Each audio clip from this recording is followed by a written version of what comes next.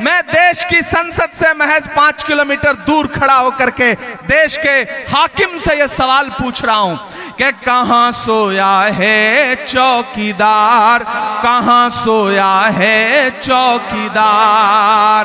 विजय माल्या नाक के नीचे से हो गया फरार, कहां सोया है चौकीदार, कहां सोया है। जावेद मिर्जा साहब मौजूद हैं, यहाँ पर शोएब इकबाल साहब जो आपके अपने विधायक हैं, यहाँ आले इकबाल साहब, यहाँ हमारे माइनॉरिटी डिपार्टमेंट के दिल्ली के अध्यक्ष वाहिद कुरैशी साहब मौजूद हैं, तमाम साथी मौजूद हैं। वक्त चूंकि बहुत कम है, मैं आपको सिर्फ भाषण सुनाता रहूंगा तो आप कहेंगे देखो ये भी बाकी नेताओं की तरह भाषण सुना के चला गया, शायरी वायरी नहीं सुनाया इसने।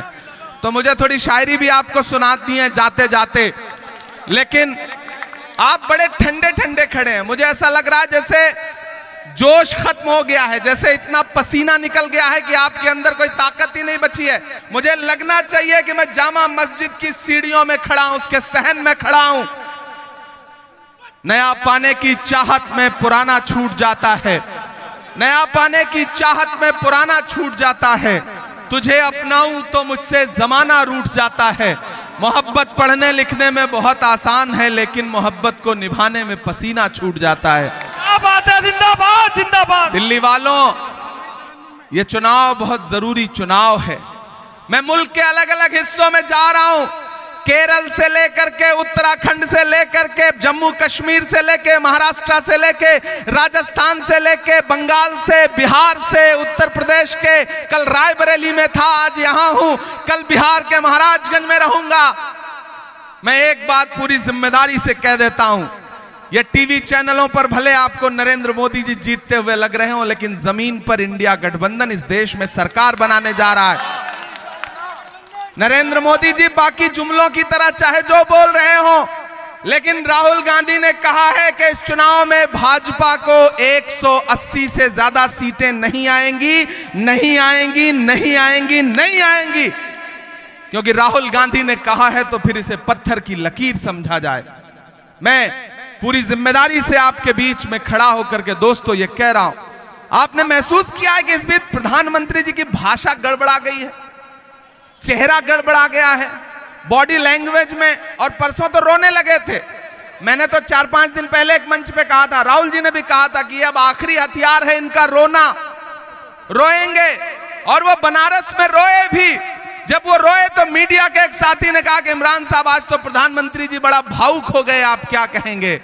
मैंने कहा वो अब तिजारती पहलू निकाल लेता है, मैं कुछ कहूं तो तराजू निकाल लेता है।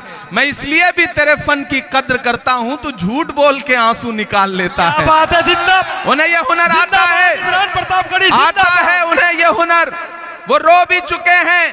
ये सब क्यों हो रहा है? क्योंकि इस देश ने उनके झूठे नारों पे उनसे सवाल शुरू कर दिया है। लोग पूछ रहे हैं कि बहुत हुई महंगाई की मार, अब की बार मोदी सरकार, ये नारा कहां खड़ा है? आटा, चावल, दूध, दही, पनीर, छाछ, लस्सी क्या नहीं महंगा कर दिया?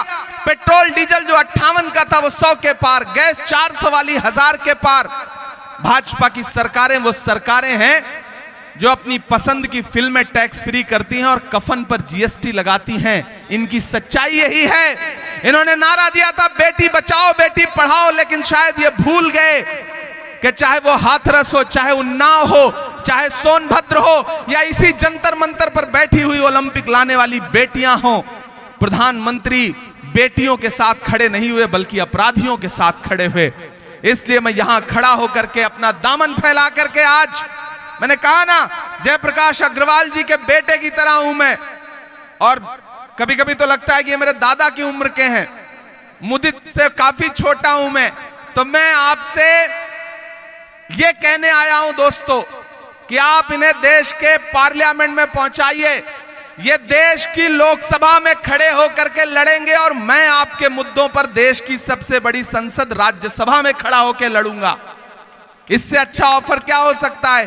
एक जिताइए, एक साथ में फ्री पाइए। इससे अच्छा ऑफर क्या हो सकता है? तो मेरी गुजारिश है कि जेपी अग्रवाल साहब को जिताइए, ज्यादा से ज्यादा तादाद में घरों से निकलिए। 25 तारीख को अपना एक एक वोट लेकर के जाइए और देश के चौकीदार से सवाल पूछिए। कि कहां सोया है क्या बात है, चौकीदार, जिंदाबाद। कहां सोया है चौकीदार। इलेक्शन सिर्फ वोट देने का नाम नहीं है, सपोर्ट देने का भी नाम है। मुझे आपका जोश दिखाई पड़ना चाहिए। मैं देश की संसद से महज 5 किलोमीटर दूर खड़ा होकर के देश के हाकिम से यह सवाल पूछ रहा हूं कि कहां सोया है चौकीदार, कहां सोया है चौकीदार। विजय माल्या नाक के नीचे से हो गया फरार, कहां सोया है चौकीदार, कहां सोया है चौकीदार। कि चाय बेचने वाला पूरा भारत बेच रहा है। बेच रहा है कि नहीं बेच रहा है? बेच रहा है कि नहीं बेच रहा है? चाय बेचने वाला पूरा भारत बेच रहा है। इसी काम में हासिल उसे महारत बेच रहा है। कि रेल बिक गई, तेल बिक गया, बिका हवाई अड्डा। अब उठे आपका हाथ अगली लाइन पे कि रेल बिक गई, तेल बिक गया, बिका हवाई अड्डा। सब कुछ बिकता देख के खुश हैं अपने जेपी नड्डा।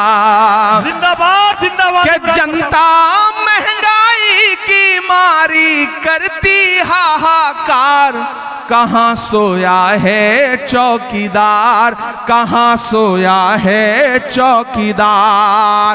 उठाइए अपना है के हाथ और एहसास दिलाइए जेपी अग्रवाल जी को और मुझसे वादा करिए कि 25 तारीख को अपने घरों से एक एक वोट लेकर के निकलेंगे और जयप्रकाश अग्रवाल जी का जो चुनाव निशान है हाथ का पंजा, उसको दबाएंगे और इतनी बड़ी तादाद से यहां से इन्हें जिताएंगे, देश की पार्लियामेंट में पहुंचाएंगे कि 4 जून को जब रिजल्ट आए और दिल्ली में जब इंडिया गठबंधन की सरकार बने और हमारा प्रधानमंत्री बन रहा हो तो दाईं तरफ जयप्रकाश अग्रवाल खड़े हों और बाईं तरफ इमरान प्रतापगढ़ी खड़ा हो। यह मंजर देखना है, सरकार बनाना है। बहुत शुक्रिया आप सारे साथियों का। मेरे साथ नारा लगाइए, 25 मई भाजपा गई। आवाज नहीं आई क्या? खाना वाना नहीं खाए क्या? थक गए क्या? मैं पिछली 20 रातों से सोया नहीं हूं, मुसलसल सफर कर रहा हूं, फिर भी दहाड़ के बोल रहा हूं। आप क्यों नहीं बोल पा रहे हैं? किससे डर रहे हैं? 25 मई भाजपा गई। 25 मई भाजपा गई। 25 मई भाजपा गई। 25 मई भाजपा गई। बहुत शुक्रिया। इंशाल्लाह फिर आपसे मुलाकात करूंगा। ये तारीखी सीढ़ियां गवाह हैं, वक्त हो चुका है, मजबूरियां हैं। 10 बजे माइक बंद करना कोड ऑफ कंडक्ट है। मैं आपका शुक्रिया अदा करता हूं। इंशाल्लाह 4 जून के बाद फिर आऊंगा एक बार आपका शुक्रिया अदा करने के लिए। आप जिताइए, जीत का जश्न मनाने के लिए फिर आऊंगा आपके बीच में। बहुत शुक्रिया भाई सभी साथी।